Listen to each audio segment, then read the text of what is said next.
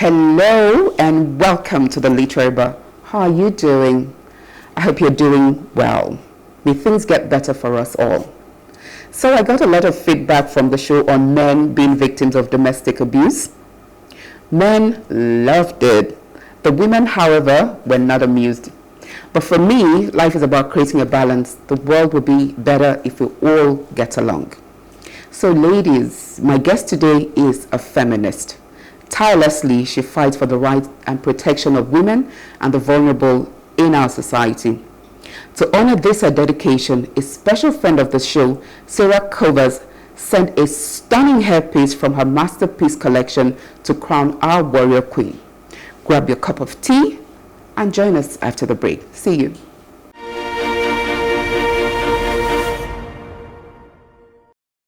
In 2023, a sobering report was released by the UN Women and UN Office on Drugs and Crimes, UNODC, that 140 women and girls died every day at the hands of their partner or a close relative.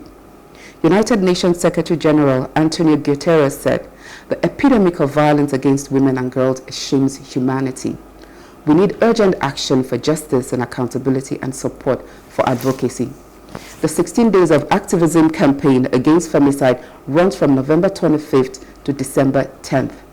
The theme for the year 2024 is every 10 minutes a woman is killed. #No excuses. While Africa recorded the highest rates of intimate partner and family-related femicides, it transcends borders, race, or social class. Recently, this December, in Italy, 22-year-old Filippo Tiretta was sentenced to life in prison for the murder of his ex-girlfriend, Giulia Cecchettin. In 2023, Giulia was the 105th victim of femicide in Italy. Even a 13-year-old girl was pushed off a balcony to her death by her 15-year-old boyfriend in Italy the same year. After the break, you will meet Ololade Ajayi, the fearless campaigner and advocate against femicide in Nigeria. See you then.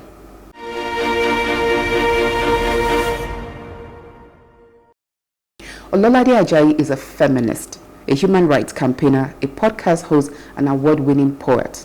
She is the founder of DOHS, Document Our History Cares Foundation, an organization that caters to the survivors of sexual and gender-based violence in Nigeria. Ololade holds a certificate in creative writing and healthcare from University of Iowa, a BSc in linguistics from Ado-Ekiti University, a postgraduate diploma in journalism, and a master's degree in international affairs from Unilag. Welcome, Ololade. Hi, thank you for having me here. It's an honor to have you here with us. How are you doing? All things considered, I think I'm fine in some parts, and in some parts I'm energized, especially by activities surrounding the 16 days of activism. Yes, we ran together on a 5-kilometer run against femicide. Yeah. So well done on that. I'm recovering. I'm recovering. I'm so glad you could make it. Yeah. It really was a privilege to be there to fight for people who are not even here to fight for themselves. Yes. But first of all, before we go into all that, I want to ask you, what is femicide? Okay. Femicide is the intentional killing of a woman and girl usually by men who are their intimate partners, close relative or acquaintances. Now, femicide is often characterized by domestic violence or sexual violence over time. It is often cyclic violence against women, and one thing about femicide that cuts across femicide is violent killings of these women and girls across board. They are strangled to death, raped to death, slaughtered, decapitated. That's one thing femicide has in common. But the definition is clear on the fact that Number one, it is an intentional killing. Number one, it is done because of their gender, because they are women or girls. Gender-related motive usually has to do with misogyny. Misogyny is a form of bias or discrimination against women and girls. That directly translates into gender inequality. So at the root of femicide is, I hope I'm not getting ahead of myself, is misogyny, like I said, a form of discrimination against women that is usually encouraged by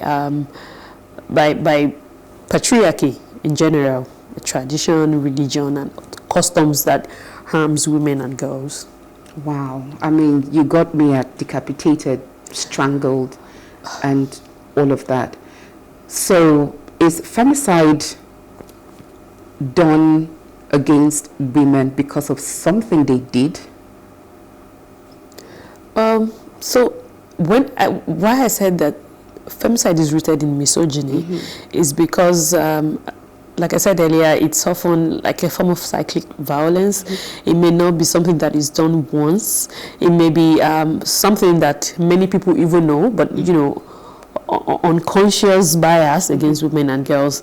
Like for instance, we have somebody who burnt his girlfriend to death in Kano State recently. What happened? He was dating her. They had dated for 7 days and he proposed. 7 days? Her. Yes. And she said no. That's a week? Yes, I don't want to marry you. And it's like, that was a crime. You? How dare you refuse me? Like, do you know who I am? Like, these are people like, they already consider themselves like, maybe consider themselves like a superior gender, and I bring myself so low to ask you out, to ask for your hand in marriage. How dare you say no? Like, how are women going out of the box? How can a woman, that is supposed to be conformed to some, gender roles and stereotypes, then decides to break out of this box and say no? And the society has already, commissioned us in some way to believe that the box that we are in, because that's usually the problem. Once women begin to start to break out of this box, then it's a problem. Then these men get uncomfortable with it, and before you know it, the roots of femicide is planted. Okay, Lolade, you are a feminist. Yes, a card-carrying, very proud and loud feminist. And feminism is often viewed suspiciously by men. People view feminists as troublemakers. So you wanting to go out of the box is like you're defying the norms of the society. A woman being under a man. What is so wrong in that? In a man being the head and you being the neck? Okay, first of all, feminism is basically asking for equal opportunities for women and girls. Basically to say, you know what, we are also people, we deserve this. But there are specific roles in the society. And feminism considers the years and years of, disproportionate abuse and denial of opportunities that women and girls have been subjected to. And this is why it feels like as if, feminists are aggressive, because we know where we're coming from. At the time in this country, you say there are roles, fine. But what roles, why should somebody be allowed, education, and somebody should not? Somebody should be allowed to vote, somebody should not. Somebody is said to not be contributing anything to the economy because they are catering to the home, which is also, human manpower hours, or however you want to put it. And then it's said to say she doesn't do anything because the man is the one that goes out. Okay, we've already put all of this in boxes and these gender roles, but then these gender roles do not benefit women mostly. So there is no how that women and girls will not want to get out of these boxes, and that's why many people have this negative stereotype about feminism. But if you look around you, if you see what women and girls are being subjected to, you will be a radical feminist. You will be a very angry feminist. Well, so in your activism as a feminist, how do you think that, okay, first of all, we're in a very religious, and you've said patriarchal society, and religion has specific roles or areas assigned to everybody. So everybody's still in your lane. A man should be the one in charge, and the woman should follow the lead of the man. You know, you hear wives submit to your husband, women should not speak in church, and things like that. And then when it comes to marriage, marriage is till death do you part. So in this way, you're saying that femicide should not be that death in a marriage that should do people part? First of all, what you said about, the man should be the head, the man should be this, religion has ascribed roles, the woman should submit. Men wrote it. Men wrote what benefits them. Men wrote that women should not speak in the church. Men wrote a lot of things. Is it not a divine gospel? So if it's divine, but women are speaking nowadays, and what has happened? Women are now pastors, bishops. Women, even in the Roman Catholic and the Anglican Church, women are taking on these roles, whereas it's in the Bible that women should not speak. Women should not be this, women should not be that, women could not inherit properties, women could not, but it's oppressive. And there's no how women will not want to get out of these boxes. It's unfair. So women have said no from time. Women deserve the autonomy, the agency over their bodies, over their decisions. So yes, women would not stay subjugated under these defined roles. And if you say till death do us part, which is femicide, you're releasing that to femicide, it's not natural. I mean, there's nobody in this world deserves violence or abuse. No woman, no man, no child deserves to be abused by somebody who purports to love them. Nobody deserves that. So it should not be allowed. If a man kills his wife, it is femicide, and that man must be prosecuted. He must be made to face the law. There's nothing like it's a family affair, because that's what, femicide is often swept under, especially intimate partner femicide. Okay, as you're getting to there, I just want to highlight the fact that we have laws. Earlier on, I mentioned that in Italy, the lady who was killed, Giulia Cecchettin, was the 105th victim of femicide in Italy in 2023. So where are we today in Nigeria? What are our figures? From our dashboard, if you check our dashboard, www.dohsks.org, just click on the femicide dashboard. We have recorded in the first 10 months, we have recorded 108 cases of femicide in Nigeria. Reported? Yes, verified. That we have traced, we have detailed, we've analyzed these cases, we've verified that they are femicide cases. The figure is actually much higher, but oftentimes than most, these cases are not reported. These cases are also reported as, especially in the Northeast, they could be reported as bandit killing, some form of honor killings or whatnot. But the cases that we can verify that are by intimate partner, relative or close acquaintances, they are 108. And as we are updating November cases, we have come across at least 122 cases of femicide in Nigeria. For the year 2024? Yes.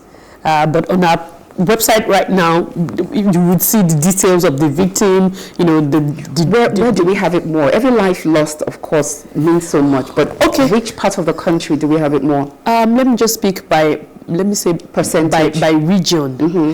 In the southwest, Ogun State has it more. Yes, because there's a whole lot of women who are killed because some parts of their bodies were needed for some ritual or the other.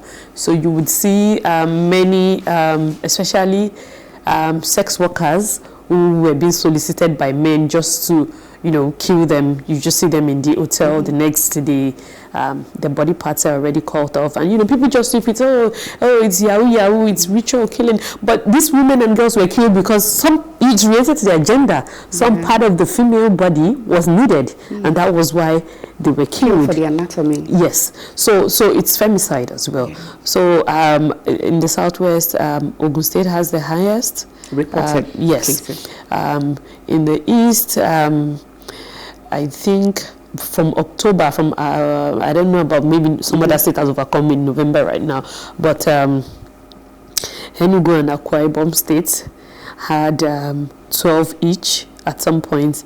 And in Akwa Ibom, what is most common is relative femicide, whereby women were killed by their sons, their grandsons, by nephews. Yeah, they were part of that were accusations of witches. Part of that was decisions on roles, on who should take financial decisions in the home, especially homes where the father was already dead, and this grown-up sons feels that the mother shouldn't be the one taking decision. So yes, an 100-year-old woman was pushed to her death. Uman Effiong in Akwa Ibom State was killed by her son. I think she was stabbed to death.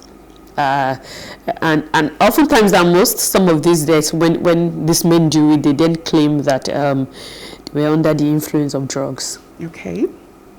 Wow. So, but somebody that killed his mother and then still took her car and drove away and claims that he's under the influence of drugs. That was well intentioned. I mean, it was intentional. So, yeah. So I'm surprised you didn't mention up north. So the figures in up north are actually worrying as well, but we feel that we've not even scraped half of the cases up north, because many of these cases, number one, are not reported. Some that were reported are some you would see because of uprising like banditry and terrorism happening in the north. Many of these women were actually kidnapped and just to be used as sex slaves for these bandits, and then some of them that refuse get killed. So when those are being reported, those are reported like as if bandits killed, kidnapper killed. They won't report the gender related motives there. So we're saying that those cases, we are conducting investigations on those cases, but we're saying that we've not even scraped half of the numbers of femicide cases in those places. They are like times 4. It's so heartbreaking to see that these women had dreams, had hopes, had aspiration, and at some point were loved by this partners for whatever reason. But anyway, we're going to take a short break now. Like I mentioned in the intro, Ololade is actually a poet, and she's going to read a few lines, in honor of femicide and the victims. See you shortly.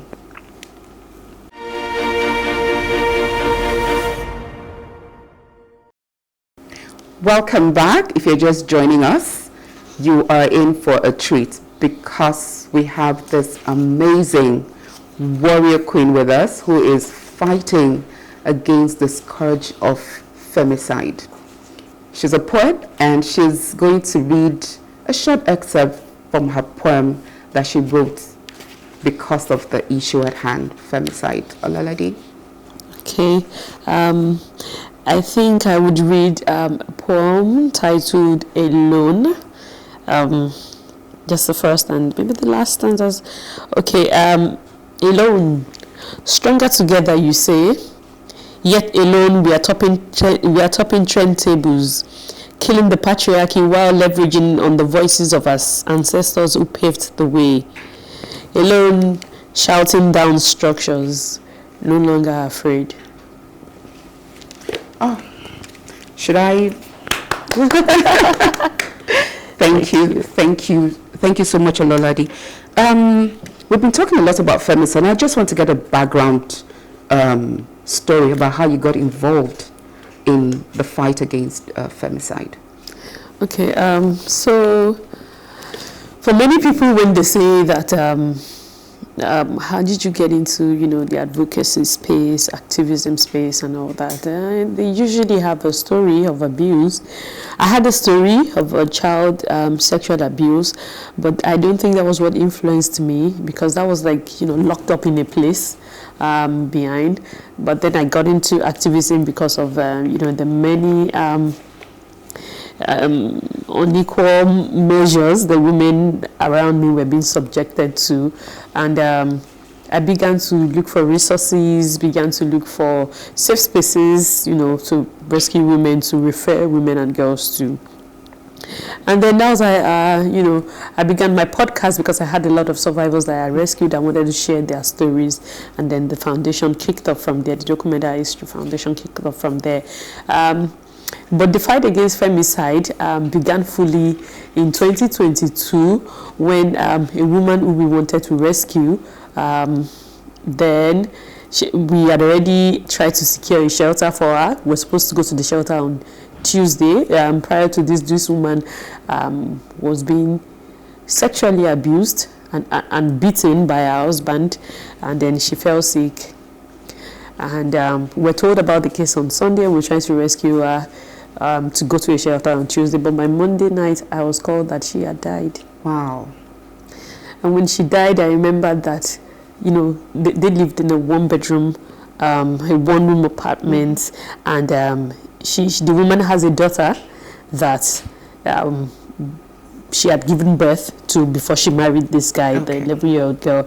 And the girl actually testified that she could see what the man did to her mother, that the mom was beaten severely, and afterwards he pounces on her and he rapes her. So with that knowledge, I knew that I couldn't think about the girl. So immediately I flew a bike. When I heard that the man had died, I just went straight and took the girl.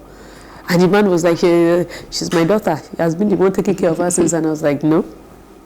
If you could rape a woman that you were married to, till she fell sick and died, what would happen to the child who is not yours? So I took over.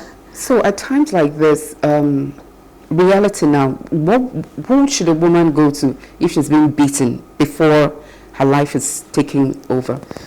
Not everybody can reach you. Yes, it's important to know that I always tell women that everybody, you do not deserve to be abused.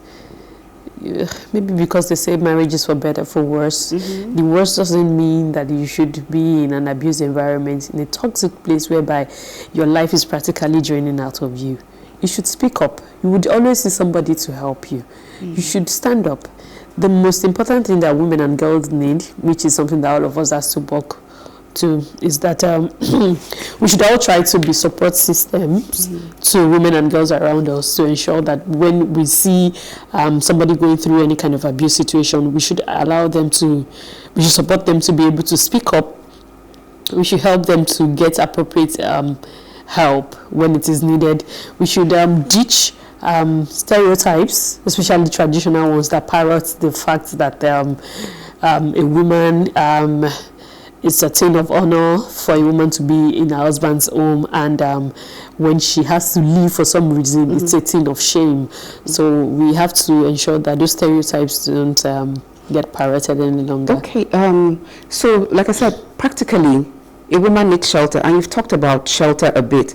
Recently in the news, we heard an ex-government official had chopped so much money. His cronies, they had a 753 duplexes in an estate, and everybody's wondering, is this 70, is this 735? And here you're talking about shelter. Should the government appropriate such buildings all around from corrupt ex-officials? Do you think it would be appropriate for them to give up some of these places as safe spaces, halfway homes and shelters for women? You know what? This is a brilliant idea, which I 100% agree with. I mean, look Lagos State, I'm sure Lagos State is the one that has the most shelters, because I've seen some Invictus report and all that in Nigeria right now. And Lagos State is still overwhelmed, even the government and even the private shelters. In the past 1 month, I have rescued, DHS has rescued over 7 women and girls that were rejected. You know, there was no space in these shelters. Wow. The shelters were full. What about churches? Many churches say they cannot, leave their churches. They can't. It doesn't have to be a church. I mean, churches have schools, they have hospitals. Why can't they help to organize shelters? It's a brilliant thing. Thank you. I can see the homes that were appropriated by is it EFCC? Yes. I mean, we just need one of this. Let it be for living victims. No, I think we need 7. I mean, 7. to put our survivors in. Yes. And we always look at so many bodies, international bodies, government bodies, agencies and all of that, speaking up, in these 16 of activism, say end violence, doing marches, races, everything all of us are doing. But the real solution lies in, these safe spaces. Yes. If a woman knows that if I decided to leave today, this is my abuse environment, there's somewhere for me to go to. Yeah, and it doesn't matter if she was residing in Lagos, because as part of her safety, she can be taken to Abuja. Yes. In one of these estates. Just be there. Receive trauma healing. So government, we are saying on behalf of DOHS, yes, that we want a shelter there. Yes. We want some accommodation. Yes, for survivors of femicide that were left behind, the ones that the victims left behind. Imagine a child whose mother died at the hands of her father, and now there's nowhere for them to go. Okay. It's a very difficult conversation to have, because sometimes it's not just the men. The women are also gatekeepers of our traditions. And somehow, imagine a girl going home. I've had a personal experience. A friend of mine wanted to leave her abusive husband. The mother is a pastor, and she says to her, it's more honorable to die at the hands of your husband than to be a divorcee. Her mom, who is well-educated, said this to her. So I'm saying sometimes mothers are also, are also culpable. You report your mother-in-law, your son is abused. You say, do you know what I suffered in the hands of his father? But I'm still here. So what do you say to women? So I'm going to remove my glasses to say this. You don't have to. So I'm going to say to women who do this, send their daughters back to abusive partners, to let them know that it's a no-no. You don't do it. In that way, you're leaving your child out to die. If it's a practice that is harmful towards women and girls, the tradition should stop. Everybody should discourage it. And we always go to communities to speak to traditional rulers, to speak to religious leaders, to let them know that this is wrong. You see, pastors saying no to divorce. A woman is being beaten to death, and you say no, don't divorce. Divorce is a sin, is wrong. You're the one who is sinning. You're the one who's going to answer for that woman's blood. The traditional rulers saying they upholding patriarchal practices that goes against the safety of women and girls. Please no. Everybody should be a support system. If your child says that she's going through some form of abuse, let them come home. Let them be safe. It's better for them to be safe, to be useful for you, to be alive, than the glorification that marriage brings and suffering in the marriage. To be another statistic in the matter concerning femicide. Well, we can't say it, but for the victims or for the women in general, do you think that if girls are trained in the area of self-defense, it might help? Of course, it might help, but at the end of the day, when such opinions, when I hear about it, I feel that we are putting the onus of responsibility of safety on the supposed victims. It's like a first aid towards it. What about don't rape? Don't abuse women and girls. Don't rape women. Don't kill them. Lola, this conversation is something that will keep on going. But just to honor this 16 days of activism, I just felt it was so proper for you to come here. Now here, this is purple, and I know that is part of the color for DOHS. So our friend at Sarah Covers felt it was appropriate to bring out this amazing hairpiece. Wow. We have to, so that other people can see the handwork of Sarah Covers. Wow. Sarah Covers, interestingly, also goes into training for young girls and women. Oh, that's interesting. So that at times, oh my God, you look amazing. This is a handwork of Sarah Covers. We're going to learn all their details so that we will keep the business going, and they are very interested in supporting all things against femicide. So this stunning hairpiece is from Sarah Covers. Their details will be out there for you to see. That's a beautiful woodwork. So see her own too. So she has what she calls a masterpiece collection. This is a part of it. Thank you, Sarah Covers. This is to crown the warrior queen.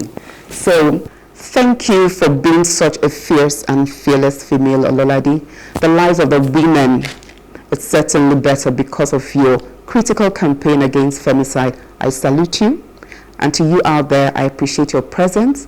A very special thank you to the beautiful, creative Sarah Covers for the elegant hairpiece for our warrior queen.